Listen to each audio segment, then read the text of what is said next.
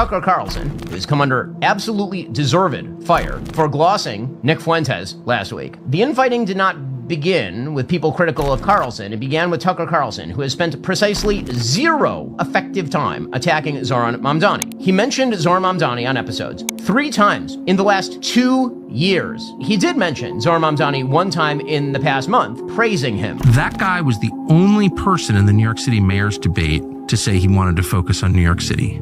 All the candidates were asked, if you could visit a foreign country, what would it be? And they, of course, all had an answer. I think most said Israel. And he said, I wouldn't go anywhere. I'd stay in New York because that's what I'm doing. I'm running New York. That's my job. Well, he gave the right answer. He gave the right answer. I mean, with that kind of critique, I can't imagine how Zoran Mamdani won. Just by way of comparison, I had my staff count up how many times I have covered Zoran Mamdani at length on this program since just June. The answer is 64, 17 times since October 5th. So if we're talking about who is directing fire against the left, which seems to be the question, I think it is pretty obvious who is not directing fire against the left. I want an explainer on how unifying with people who are actively anti-conservative is going to somehow grow the conservative coalition against the left.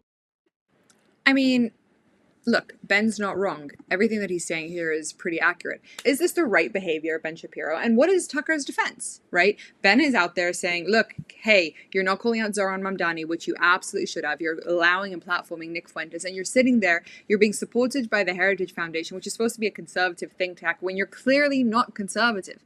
You're not doing anything conservative. You're supporting the left. You saying that Zoran Mamdani is not bad, that's supporting the left. You not fighting back against this extreme radical right-wing problem, that's supporting the left. What are you doing and why are you pretending to be a conservative?